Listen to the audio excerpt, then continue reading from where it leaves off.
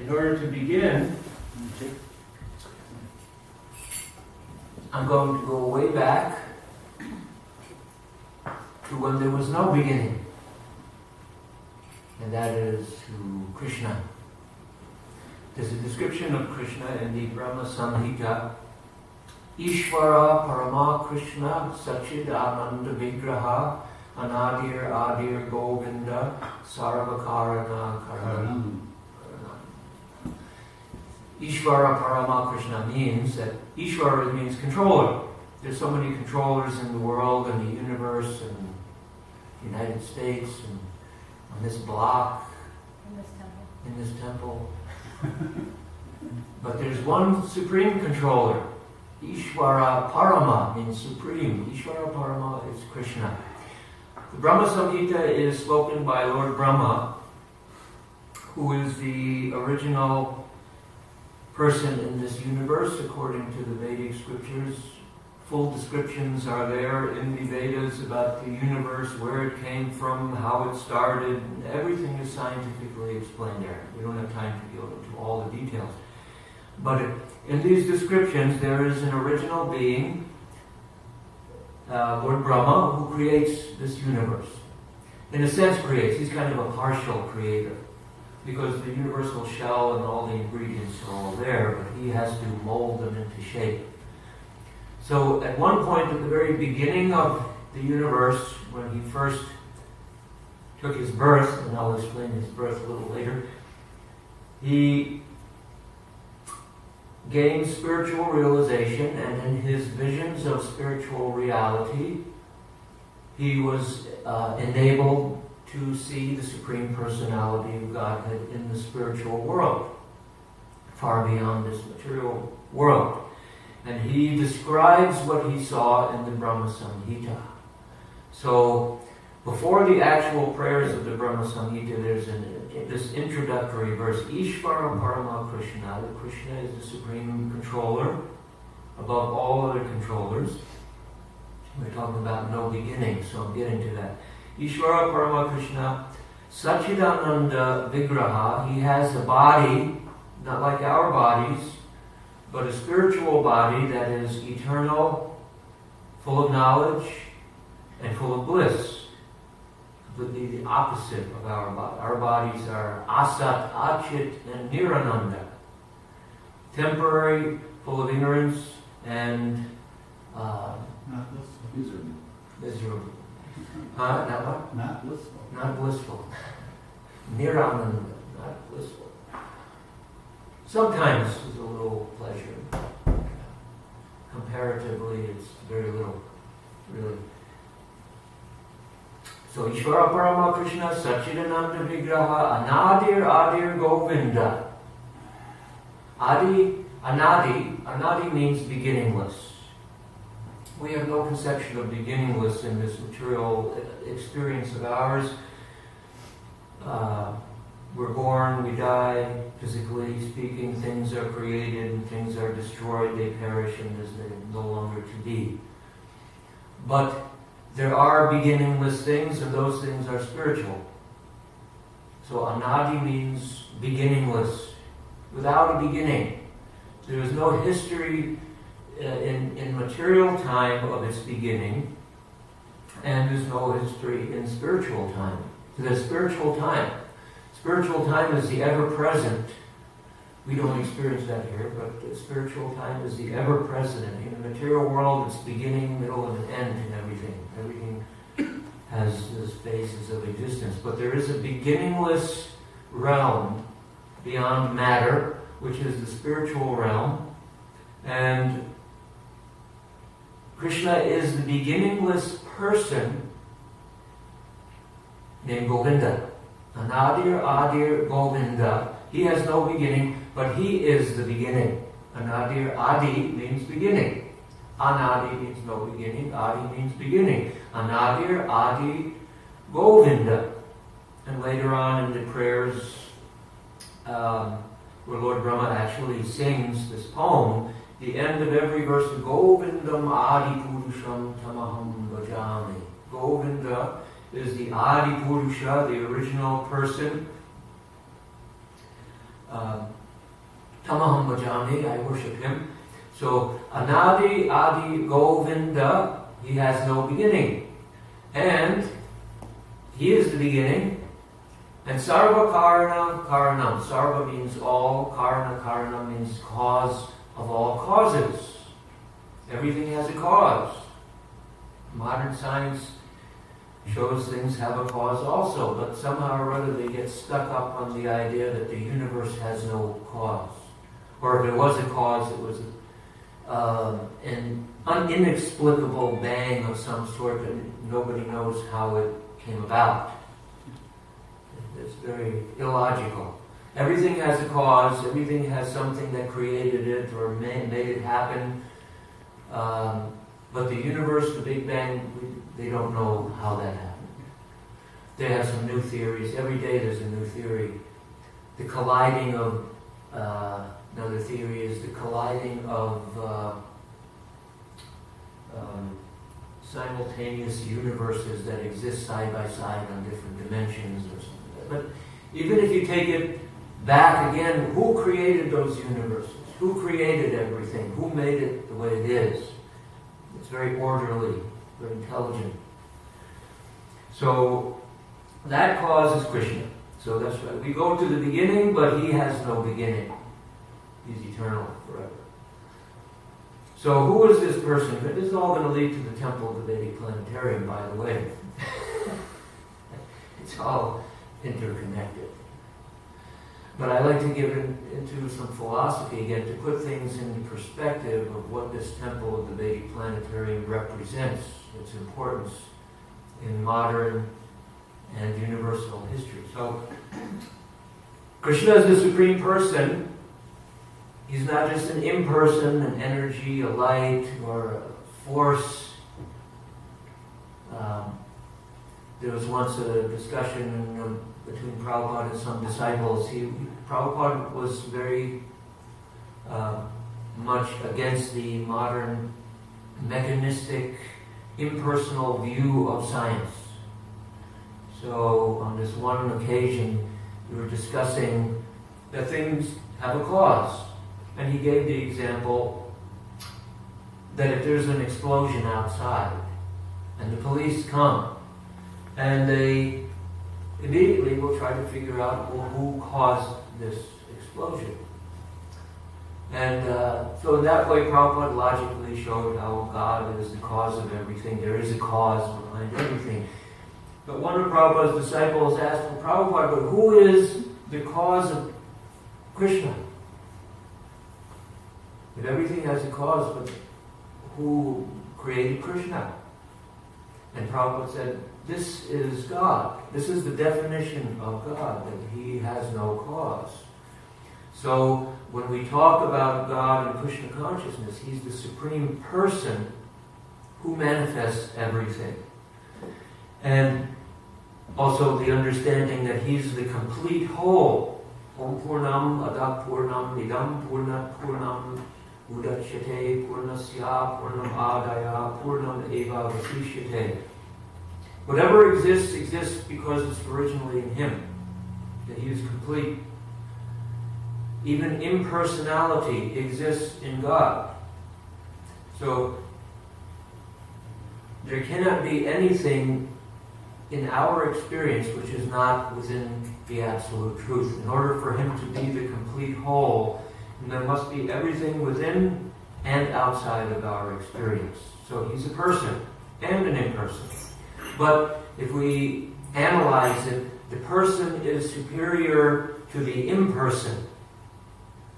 But energy is less important than the energetic. Like if you have the sun, Prabhupada gave the example, the sun planet. The sun planet, which is more important, the planet of the sun or the light and the heat? The sun is more important because it's the source of the heat and the light. You can't have the heat and light without the sun planet. They're all interconnected, but without the sun planet, there's no heat and light, there's no energy. So similarly, all the energies that exist throughout the creation are manifested from a person, Krishna. So we have to establish that, understand Krishna is the supreme personality of Godhead. That's what we call the supreme personality of Godhead.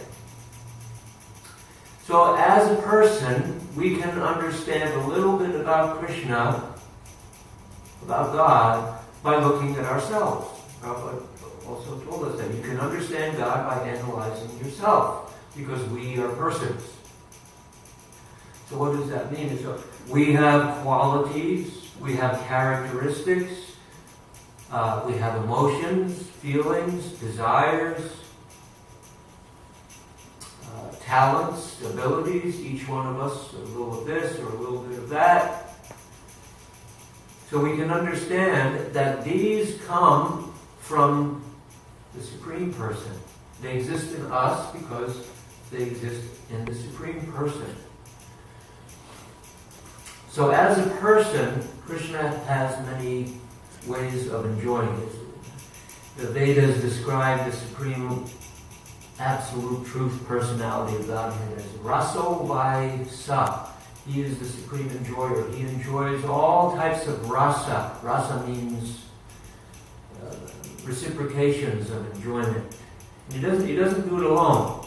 This is a very important point. When God enjoys rasa and pleasures, He doesn't do it alone. He's self-satisfied in Himself, the self-delighted personality of Godhead. But in order to increase His pleasure, He manifests other persons and other things with which He can enjoy in various ways, to experience different things. So, His first enjoyment, maybe I shouldn't say first, but one of His first enjoyments is He creates, expands Himself. Of course, He expands as Radha, His eternal consort. His pleasure-giving potency manifests in the form of His eternal consort Radha. But as far as personal expansions, His first pleasure is to create a brother. He wants to have a brother to play with. So He expands His Lord Balaram. Balaram becomes Krishna's brother. Balaram has many functions. He creates the spiritual realm. He creates the material realm through His other expansions. He becomes the furnishings, the Lord's slippers and personal articles and the grass and the mountains and all things in the spiritual. This is all manifestations of Lord Balaram that He created. So, Sankarshan is one of the agents for the material energy. But anyway, it's detailed. So then there's Balaram. And then he expands again. Balaram becomes Vasudeva, Sankarshan, Pradyumna, and Aniruddha. What's called the quadruple expansion of the Lord. And that quadruple expansion again becomes another quadruple expansion. Vasudeva, Sankarshan, Pradyumna, Aniruddha. And they all have their expansions. You like these Bhakti Siddhanta Saraswati describes subjective plenary portions. Subjective plenary portions. Subjective meaning they're the same identity as Godhead, but He is manifesting a particular aspect of Himself through that plenary, subjective plenary portion, and it acts in a certain way. So it's simultaneously Krishna and not Krishna, both at the same time. It's Krishna acting in a particular way for His pleasure, in a different capacity. Just like the example, Prabhupada gives the example, if you go to a big corporation and you meet the president of the corporation, he has his big office, or the president of the United States, he has his office, and he's got all of his servants and his advisors and cabinet members, etc. But then when he goes back home, he's got his friends, and he has his other relatives, and he acts in a different way in relationship to them. And then he has his wife, and he relates to them, to her in a different way. And then he has his children, and he plays with his children. At the office, he's the big boss, but at home, his children are riding on his back, playing by his side. So this is how Krishna manifests different aspects of his own personality. So, and then there's the Narayan forms. The spiritual world is called Paravyoma, far beyond this material world. The Paravyoma, the spiritual world, it's described that the total creation, including this material realm, is the quadrantal. The quadrantal. He puts it in so many words. Manifestation of the divinity. That's 4 parts, or like quarters. Now the 3/4 part is the spiritual realm, and the 1/4 part is the material realm. So within that spiritual realm, you have the prototypes of everything that exists in the material realm. You have planets and mountains and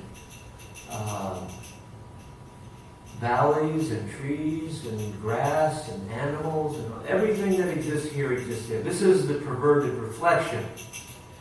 So each one of these Vaikuntha planets, there is a Narayan expansion of Krishna who, along with his followers, his devotees, in that specific form, engage eternally in pastimes of love.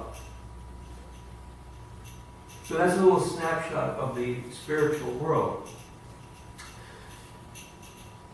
Now we get to the material world. This Balaram, his expansion as Sankarshan, Mahasankarshan, becomes another personality. Actually becomes 3, called the Purusha avatars. The first of these Purusha avatars, expansions, is this Mahavishnu. Mahavishnu, the great, the gigantic form of Vishnu. He is lying down on a wonderful body of water called the Karana Jala, Karana Ocean, or Viraja River, a spiritual river. He lies down on another manifestation of Balaram, Anantasesh, who is in the form of a serpent with hundreds of hoods, not just one. And this is all described. You get a chance to read the Brahma Samhita. All these things are described in great detail. Very wonderful reading. He glances, Mahavishnu glances at the undeveloped material cloud of matter, pradhan, and his glance, by the power of his glance, which becomes a reflection of that glance, becomes Shambhu, and this Shambhu form has a conjugal relationship with Maya Devi. Maya, illusory energy of the earth, material energy, in her form as a Devi Maya. And that glance brings about the manifestation or the creation of this material realm of matter.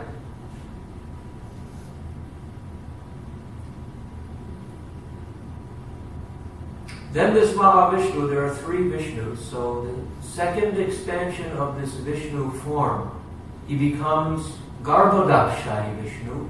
The first is Karanadakshai Vishnu, who lies on the ocean of Karna ocean. Second is Garbhodakshai Vishnu. There's another ocean at the bottom of every universe called the Garbha ocean. And he lies down, Krishna seems to like to lie down on oceans, floating, just like people like water beds, kind of floating there, enjoying the waves. It's in Krishna too. So he lies down on this Garbha ocean on another form of Anantasesha,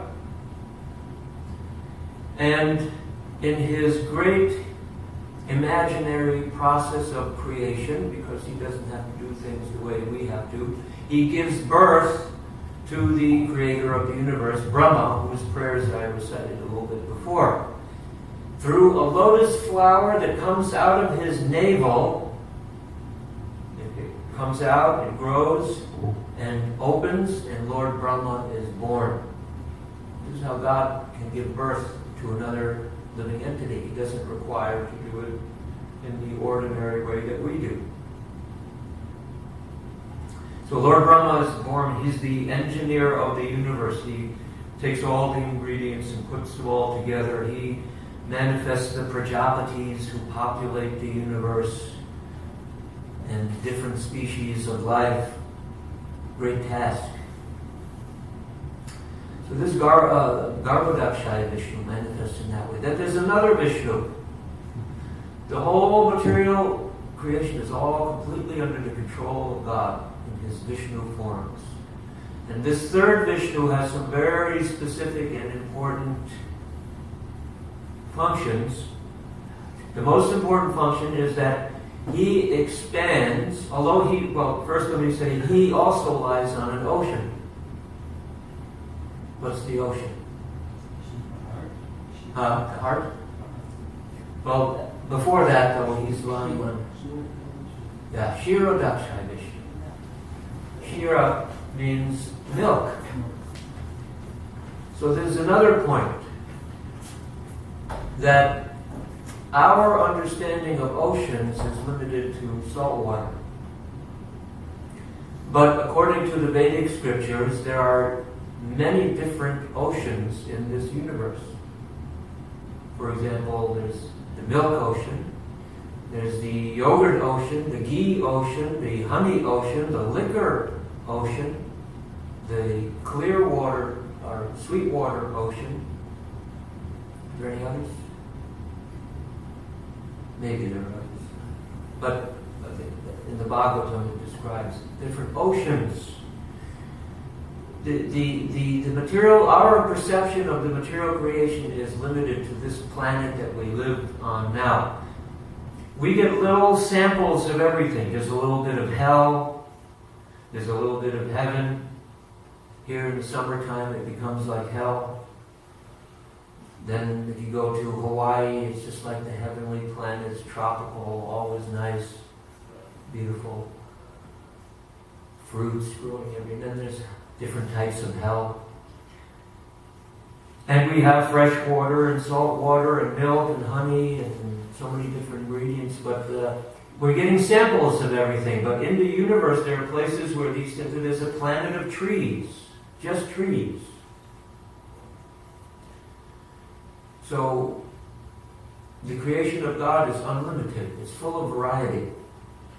So Kshirodakshaya Vishnu, he lies on the ocean of milk, and he expands after that within the heart of every soul that exists in the material creation. I'll get to also why we are here and who we are, because that's important. Why are we here and why are we not in the spiritual world? If it's such a great place, what are we doing here? So he expands within the heart of every soul. He is conscious of everything that every living entity is thinking all at once, all at the same time. There's so many living beings in this material creation. This is just one universe. There's infinite universes, which I haven't described yet. Actually, let me just briefly say this. Mahavishnu, his function, one of his is in his exhalation process. As he lies on the great serpent snake, Anantasesha, his breathing, and as he exhales and inhales and exhales and inhales, during that course of time, all the universes manifest as seeds that that go enter into the material energy and begin to expand and develop. And there's infinite numbers of universes. So he is within the heart of every creature, from the tiny germ up to the bacteria, to the insects, any type of form of life that exhibits 6 symptoms of life. He is within the heart of that living being, conscious of every desire, of every thought, feeling, emotion, good and bad. He's like the eternal Santa Claus. Like Christmas, Santa Claus. He's watching you, see whether you've been good or bad. So Krishna is the real Santa Claus within the third Vishnu form of the Lord. All pervasive.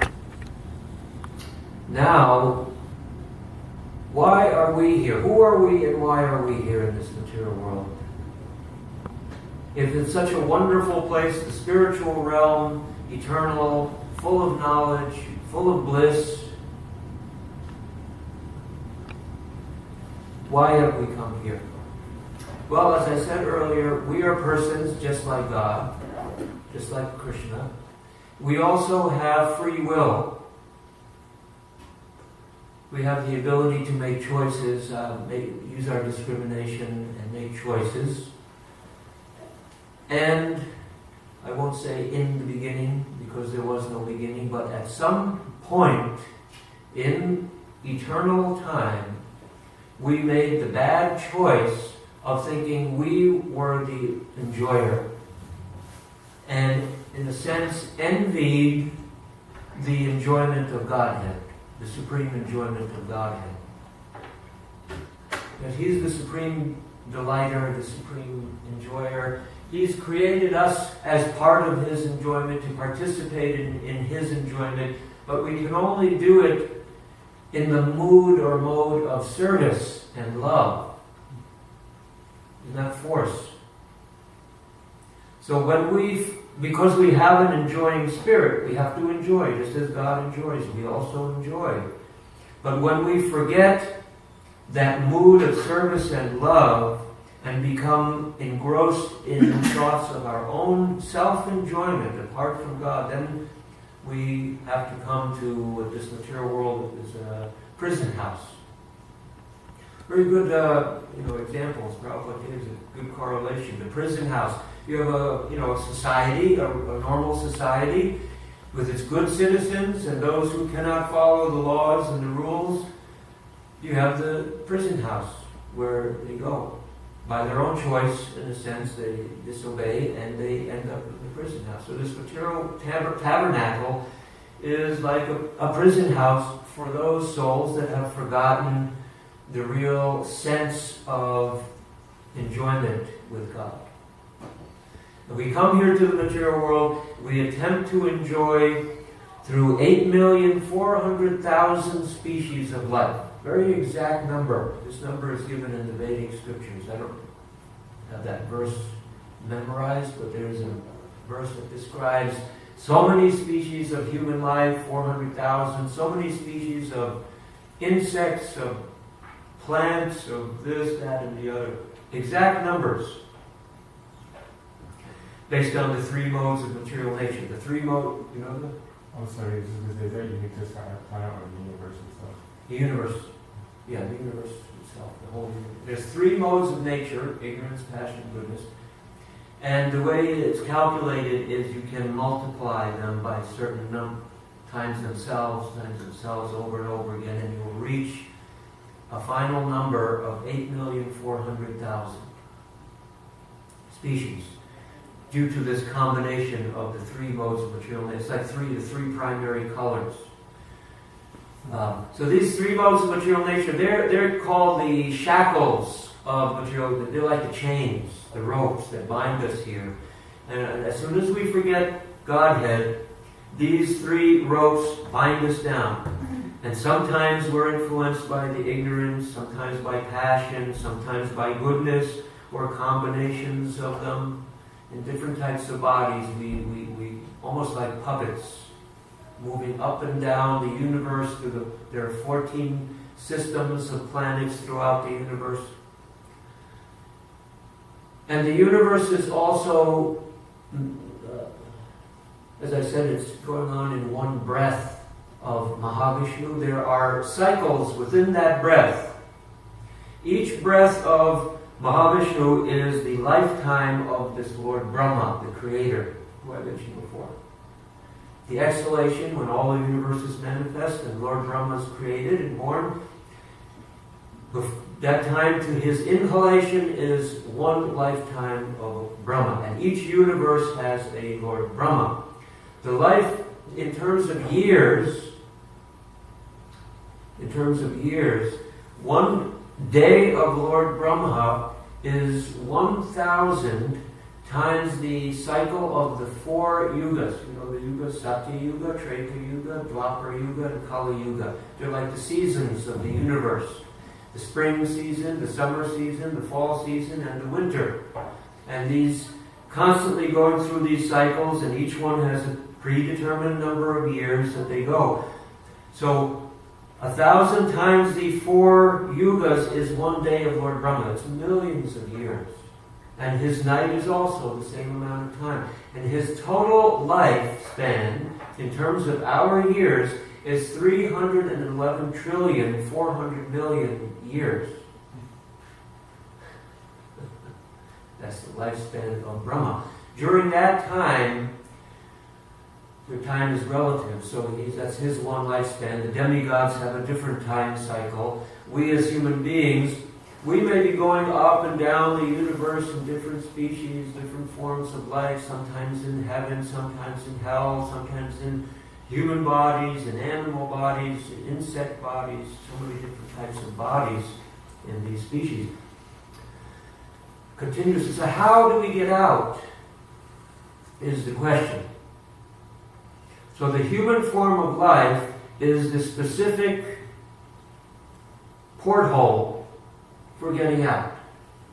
It's the porthole for getting out. The human form of life, it's easier for even more than the demigods, who are highly intelligent beings, who are managerial heads of the universal affairs.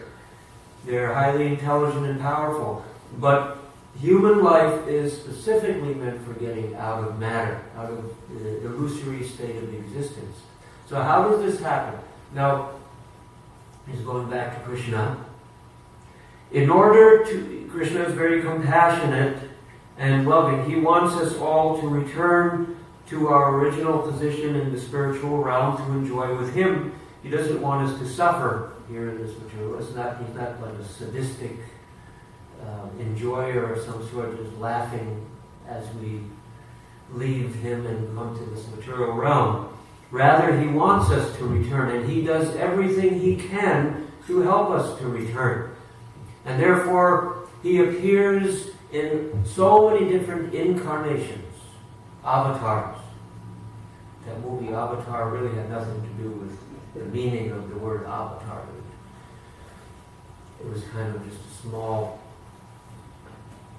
thing there. But the real idea of avatar, it means one who descends. The definition of avatar, one who descends. And that can only be Godhead. He descends from the eternal realm into the material realm to teach the conditioned souls. We're called conditioned. Nitya Baddha means eternally conditioned souls, how to get out of matter and return to him. And he does it not even just himself. He sends representatives who appear as teachers and guides. Sometimes only a small amount of information is given. Sometimes a great deal of information is given. And sometimes it's fully revealed. So according to whatever God's plan is, and according to the time, place, and circumstance, according to the mental disposition of those who are hearing him, who he's appearing before, there are different degrees of information are given. So that's why there are so many different religions in the world, different religious systems and spiritual paths and different varieties. Some even are contradictory to each other. But now we get to Lord Chaitanya Mahaprabhu, because out of all the incarnations of Godhead, the one who reveals the most about the spiritual realm, about spiritual reality, is Chaitanya Mahaprabhu. Namo Mahavaranyaya Krishna Prema Pradayate Krishnaya Krishna Chaitanya Namne Gauratushe Namaha. He's called the most munificent incarnation of Godhead, because he delivers Krishna Prema Pradayate. He delivers what no other incarnation ever delivered before: love of Godhead, love of Krishna. Even Krishna himself, 5,000 years ago, did not give his love freely to everyone. But Lord Chaitanya delivers or distributes freely to everyone, irregardless of qualification. Very special incarnation of Godhead. Now, Lord Chaitanya Mahaprabhu and Lord Krishna only appear once in one of those 311,400,000,000 years of Lord Brahma. In one day of Brahma they appear. So then this helps us to put in perspective where we are historically. Within the last 5,000 years, Krishna appeared 5,000 years ago. Lord Chaitanya appeared 500 years ago. And in the universal history, it's one time we're about, according to the Vedic calculations, we're about halfway through the lifespan of the Lord Brahma of this universe. So we've gone through 155 trillion some years, and so here we are.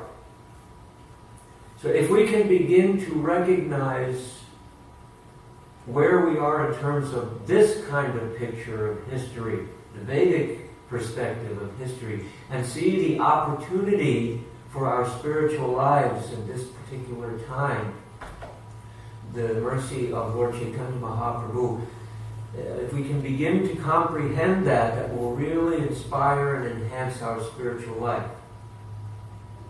When it becomes a reality. But the Vedic says it's called Shastra Chakshus. Shastra Chakshus means seeing through the eyes of Scripture, not through our peacock-like eyes. We have some peacocks here, some beautiful feathers that look like eyes, but those eyes don't see. So our eyes also really don't see the nature of reality. So we need to be educated by Scripture, by Guru, by the Sadhu, the great realized souls. And then we can understand what's actually taking place around us and see things in a different perspective. And then our life will begin to change. And you're all here because that's happened at some point. But it can grow more and more. That's the whole point of Krishna consciousness, to grow more and more and more to the point where we develop our love for God completely and get Lord Chaitanya's mercy in the form of Krishna Prema. So, one other point, and I'm going to read a few things. How have we found out about this? I mentioned we need to the Shastra Chakshus, and also we need to hear from realized souls and gurus, acharyas, great teachers.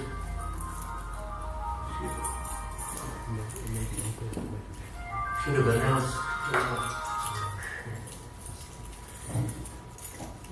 So, such a great teacher is Srila Prabhupada, His Divine Grace A.C. Bhaktivedanta Swami Srila Prabhupada. And I will read some things to you, because since the time of Krishna, Krishna manifested his pastimes to us in this material realm, kind of like to give us a snapshot of what the spiritual world is like. That's why he has these pastimes. He comes as Krishna, just to show us, to attract us to these beautiful pastimes that he has. And then he appears as Krishna, as Chaitanya Mahaprabhu, to further that purpose. And then after Chaitanya Mahaprabhu, there are many, many other great teachers who came in the line of Lord Chaitanya. So we have Bhaktivinoda, before Bhaktivinoda, the 6 Goswamis, and Vishwanath Chakravarti Thakur. And then we have Bhaktivinoda Thakur, who's here on the far right. He was the spiritual master for Gaur-Kishore Das Babaji Maharaj. And Gaur-Kishore Das Babaji Maharaj became the spiritual master of Bhakti Siddhanta Saraswati Thakur, who was also the son of Bhaktivinoda Thakur. And then Bhakti Siddhanta was the spiritual master of Srila Prabhupada. And Prabhupada, being in that line, in that mission, brought the full mercy of Lord Chaitanya Mahaprabhu all over the world. So I'm going to read some predictions about Prabhupada.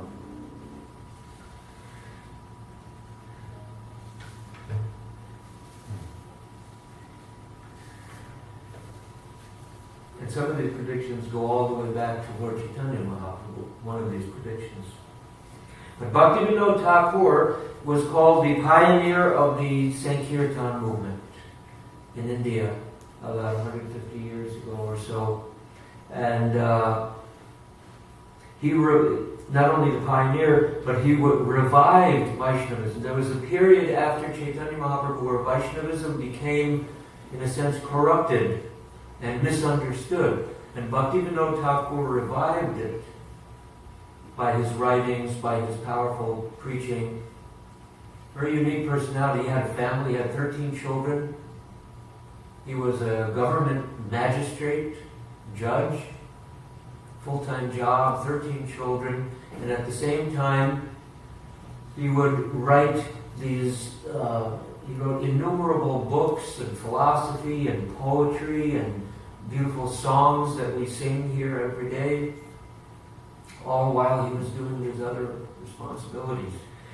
But he had a vision, he had a few different visions, and one is, a personality will soon appear, and he will travel all over the world to spread the teachings of Lord Chaitanya Mahaprabhu. So he predicted Prabhupada. Nobody else did that. Prabhupada, only Srila Prabhupada did that.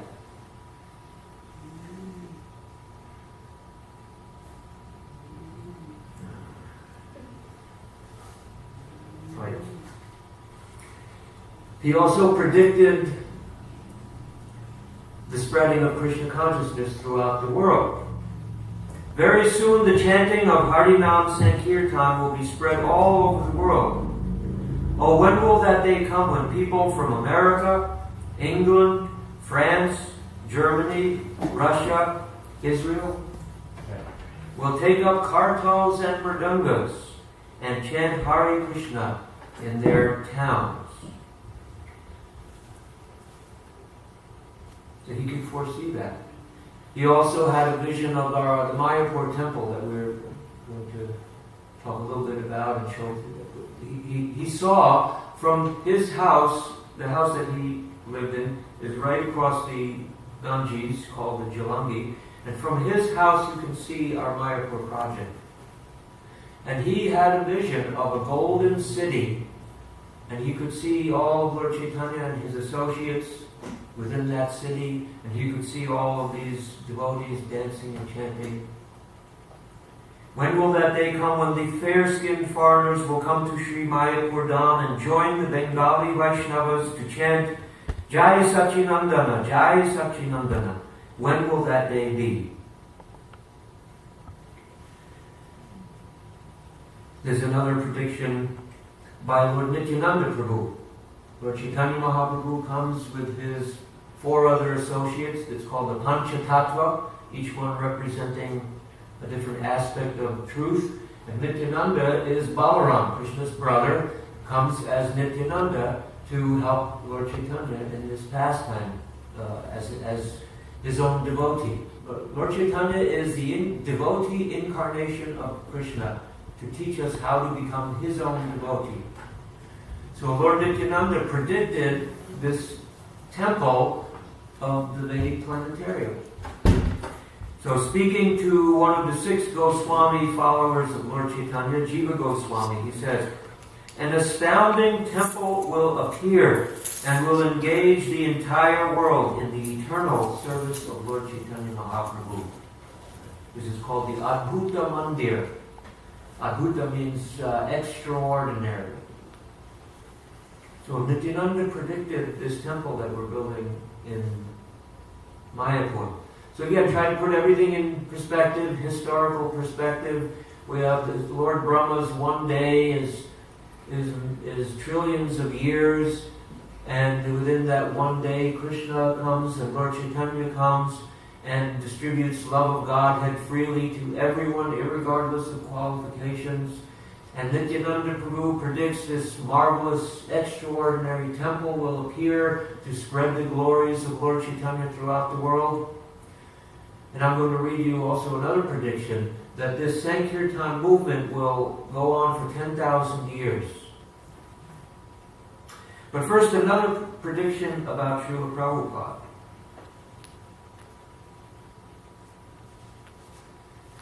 And this prediction is by Lord Chaitanya Mahaprabhu himself. It's written down in the Chaitanya Mangala of Vrindavan Das Thakur.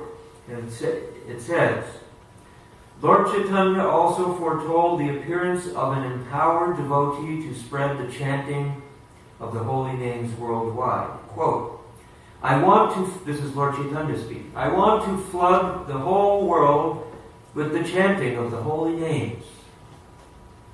I will personally preach and flood India with Harinam Sankirtan. My Senapati Bhakta, Commander-in-Chief, will come, preach in distant countries, and will flood the world with the chanting of Hare Krishna. Srila Prabhupada ki jai. The Senapati Bhakta, Commander-in-Chief. The Prabhupada appeared, sometimes God appears and his representatives appear just like ordinary human beings, living very ordinary lives. And then at some point in their life, they manifest their real purpose, their real mission. So Prabhupada, even his god brothers, his contemporary fellow disciples of Bhaktisiddhanta Saraswati would make fun of him because he was an ordinary householder, married man with a family, and what could he do to spread Krishna consciousness? Working man, and this. But of course we know Bhaktivinoda Thakur was, but somehow they would make fun of Prabhupada. But Bhaktisiddhanta Saraswati, his guru, their guru, would say, one day he will do everything. He knew that Prabhupada was a specific mission. So this is Prabhupada. He's the commander-in-chief. He came in disguise. He was actually the commander-in-chief of Lord Chaitanya's army. Now for the final prediction, as I said, that the Sankirtan movement is set to go on for 10,000 years. Prabhupada also said, my books will be the law books for mankind for 10,000 years. And he also said that the Sankirtan movement would last for 10,000 years. His books are so important. There's a wonderful pastime, a few pastimes, but occasionally his disciples would see him reading his own books. Now most authors don't sit and read their own books. They write the book and forget about it and write another. But Prabhupada would actually read from his own books. And on a few occasions he was asked by a disciple, Prabhupada, why are you reading your own books? And Prabhupada, one answer he gave at one time was, I have not written these books. Krishna has written these books. Therefore, I am also benefiting by reading the books. Then on another occasion, he once answered this incredible answer that when I was with Krishna in the spiritual world, Krishna asked me to come to the material world. And I told Krishna, I do not want to come to that nasty place. I do not want to go there. And Krishna insisted that you go there. I have a purpose for you. I want you to go do something for me. And he said, no, I don't want to go. The Krishna insisted, I want you to go and write books and glorify me. And Prabhupada said, no, I don't want to go. The law books for mankind for 10,000 years. Now here is the prediction. I don't want to lose our little audience here, totally, so. This is it. Just this reading, and then we'll play the videos. So this is from one of the scriptures called the Brahma Vaivarta Purana. And this is Lord Krishna is speaking to the Ganga river, personified Ganga. The rivers in Vedic times are also persons, not just impersonal bodies of water. On behalf of the sacred rivers, Yamuna, Kaveri, Godavari, Sindhu, Saraswati, and Narmada, Ganga Devi says, Lord Krishna, we see that your pastimes are ending. So this 5,000 years ago, Krishna is going to leave and Kali Yuga is going to start, and that people are becoming more materialistic. After you leave, all the sinful people of Kali Yuga will take bath in our waters, and we will become overwhelmed with sinful reactions. Lord Krishna smiled and replied, be patient. After 5,000 years, my mantra upasaka, worshipper of the holy name, will appear. There's another description of Prabhupada. Mantra upasaka, the worshipper of the holy names, will appear and will spread the chanting of the holy names everywhere. Not only in India, but all over the world, people will chant the holy names. By this chanting, the whole world will become Eka Varna, one class or designation, namely Hare Bhaktas, devotees of the Supreme Lord Krishna. Because the devotees of Hare are pure, anyone who contacts them will become purified of sinful reactions. These, remember he's speaking to the rivers. In India, people take bath in the rivers to relieve themselves of sin. So he's saying, those pure devotees will visit India and purify you of your sinful reactions by bathing in your sacred waters. The period of worldwide chanting of Hare Krishna will continue for 10,000 years. And to conclude, after that the devotees will see Kali's full force overtake the world.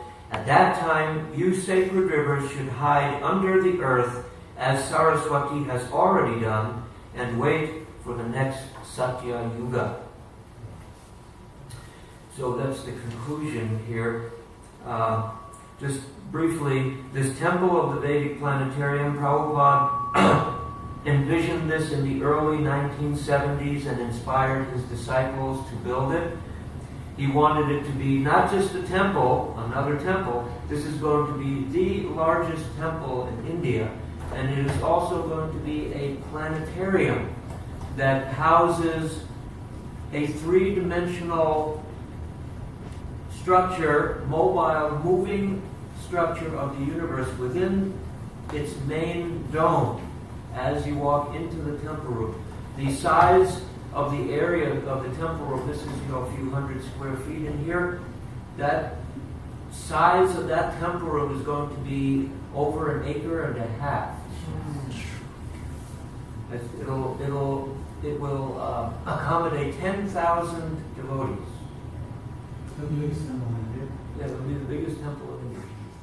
Also the tallest. Oh. So you'll see in the videos here, there's two different, they're very short. One is more or less a kind of like a explanation, and the second is just pictorial. They're beautiful, like computerized, what do you call that? Yes, sort of an animated, computerized. So that's all. Thank you very much. You want me to do the light stream? Well, let's Yeah. see, let's make sure. Let me get this it's on. working.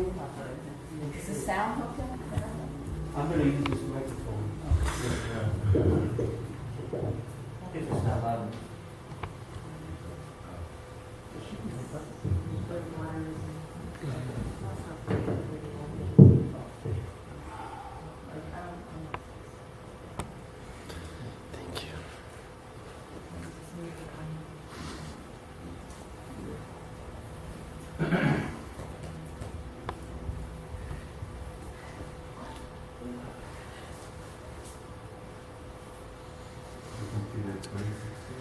Oh, yeah, I didn't mention it.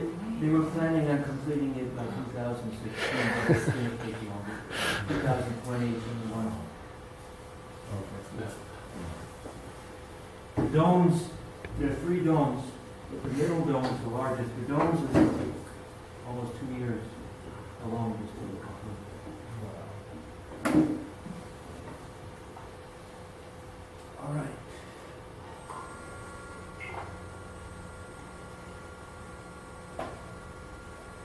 Wait, how many years did you say to complete? Around 2020. It's been 3 years under construction so far. I heard 2016. That was the original, Oh. but the original date they wanted to install the deities by then. It wouldn't have been structurally complete, but they wanted to have the deities installed, but it won't happen. It's even this is an outdated documentary in that regard too.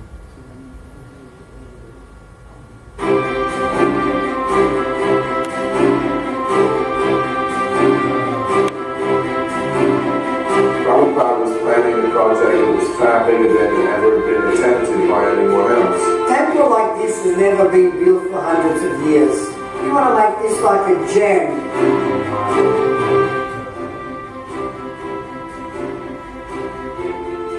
Prabhupada wanted to build a planetarium because he wanted to prove to the whole world that the Big Bang Theory is wrong and Krishna is the cause of all causes.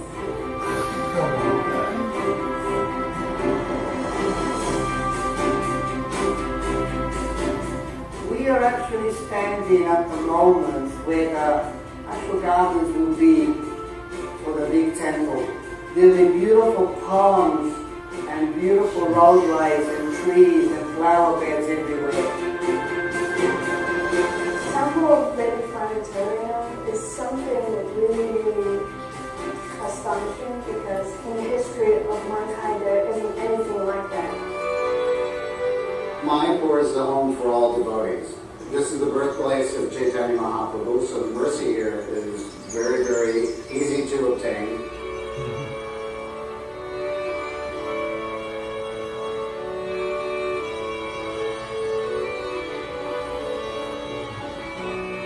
Hare Krishna, Hare Krishna,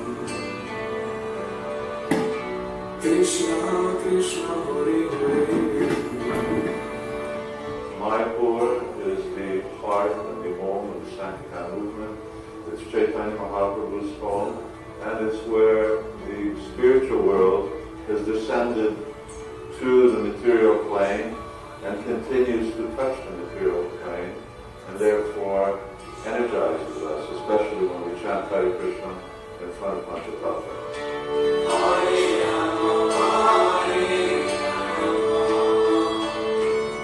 The temple that we're building will have the largest kirtan hall in the world. It's over 1.5 acres.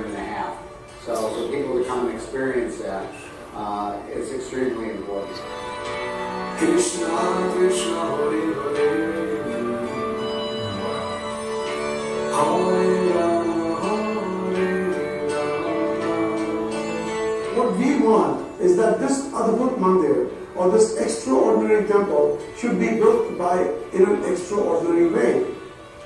Srila Prabhupada asked me to help finance this temple. So far, I put in about $23 million.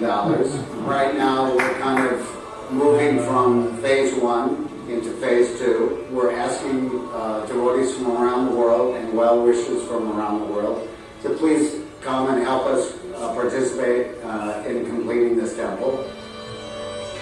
Krishna Krishna, Hare Hare, Hare Rama, Hare Rama. Srila Prabhupada said, sources of fund means that we collect all over the world. And he also said, all of our branches will gladly contribute. We have divided up the construction of this temple into square footage. So the total construction of this temple is 425,000 square feet. That's how big it's going to be. Half is already built. The other half, now we need 250,000 square feet to be constructed. So we're looking for those 250,000 enthusiastic devotees, spiritualists, people of humanity to come forward and donate $150, which is the cost of construction. Here, with $150, you practically can own 1 square foot of this great temple that will stand generations after generations. The world is becoming bombarded with negative news, with negativity, with bad things happening all around us. Only few moments in our lives we have an opportunity to see, to witness, or to participate in something grand, in something positive, in something that we can leave behind, that our children, our grandchildren can be proud of. And this is that one opportunity. We want to build this temple and offer it to Srila Prabhupada in 2016. 2016 is the 50th anniversary. It is the golden jubilee of this society. For 50 years, we have cherished spiritual life given to us by Lord Chaitanya, given to us by our acharyas, given to us by these great scriptures, given to us specially by this great personality, Srila Prabhupada. So as an offering to him, we want to give him this, that my dear sir, all together, so many of us, we have put this temple together for you, so that the world can benefit. And this is our gift of gratitude to you in this 50th anniversary.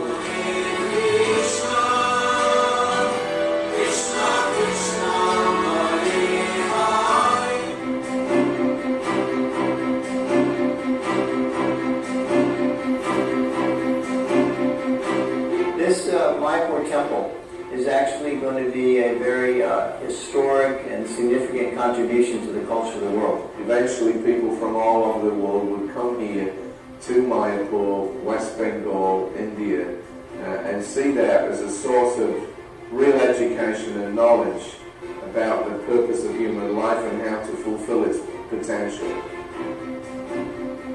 Presence of this temple, the manifestation of this Advaita Mandir will draw out increased potency from Panchatattva because more people will come here.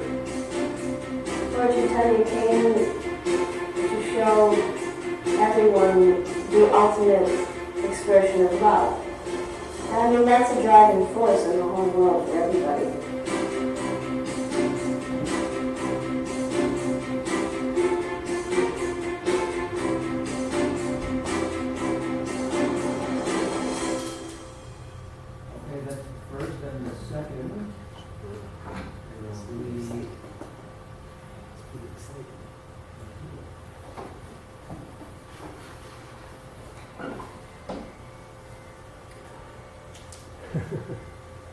This will give you an idea of the scope, the size, the design.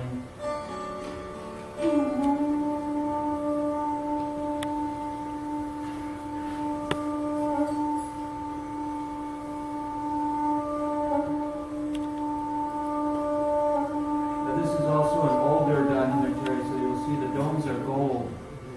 The current design, they're blue. This was meant to be gold-plated. It's too expensive.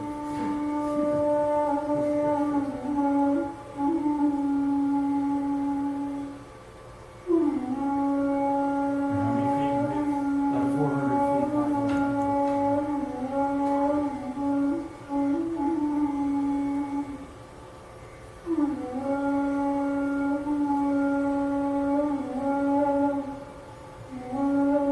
I don't think there's going to be a pyramid over there. It's like Las Vegas. What would be the symbolicness of keeping the pyramid? Keeping the pyramid, well, it's a spiritual design. It has Nothing to Egypt, right? not originally Vedic.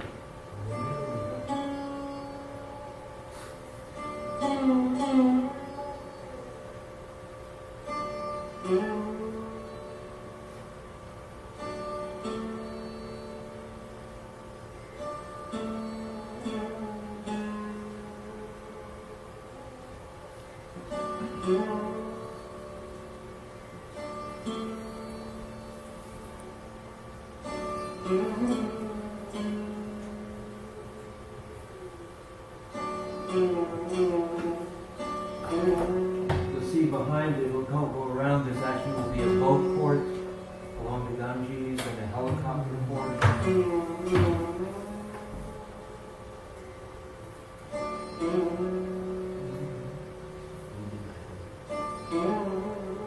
All the red buildings are already there as part of the current Mayapur project, but as this develops, the entire city will go around this.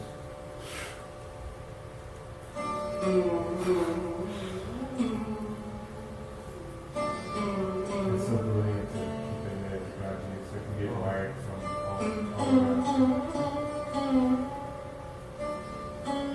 So you get access to things.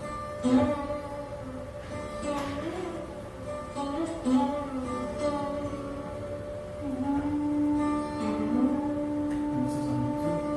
Yeah, you can download this That first one. both of you. Just look up Temple of the Bay.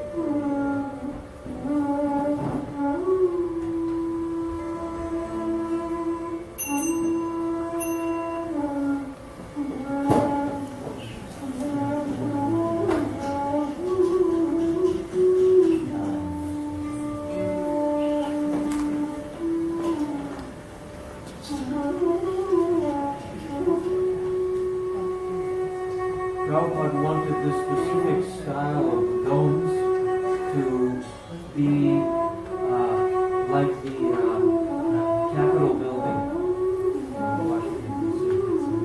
That was his plan. But there is a Vedic style that's similar to this, you'll see that. How many years did it take to draft the architecture to get that finalized? I don't know.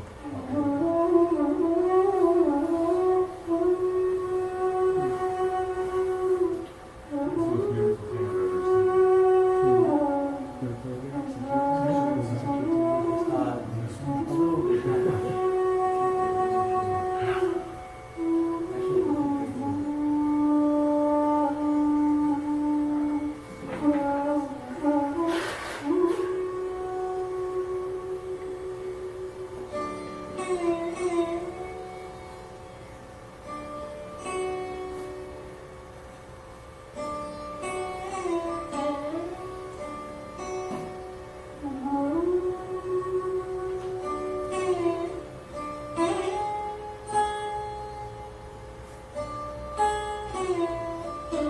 Of course, those front panels there will have some design on them, like you saw in the other video.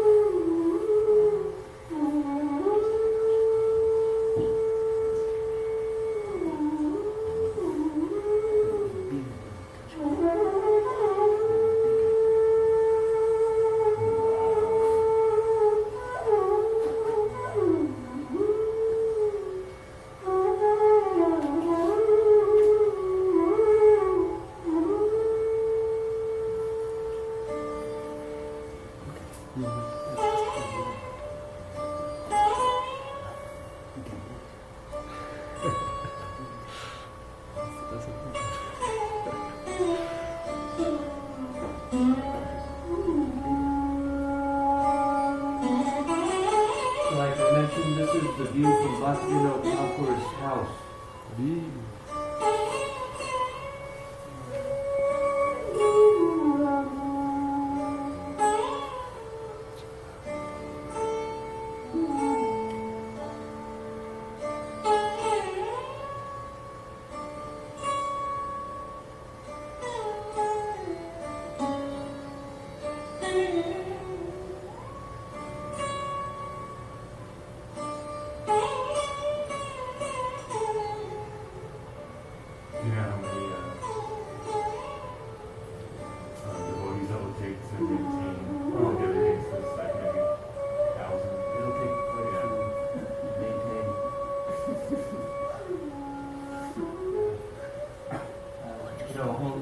develop accommodations, guest houses, eating facilities. Right now, they're getting 3-4 million people a year. They anticipate it's going to triple and quadruple.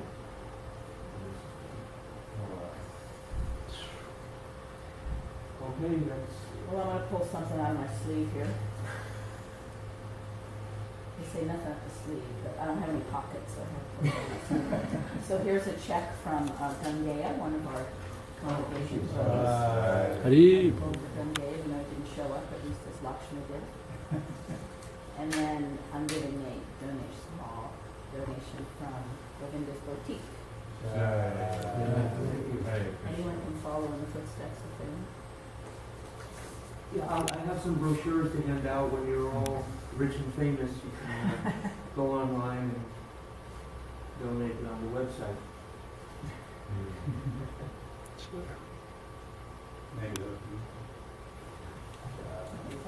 I find it great. Actually, I do this. I'm very selfish because I want as much mercy as I can get. I need all the mercy I can get. That's why I'm doing this. Going around presenting this so I can get mercy and give that mercy to others too.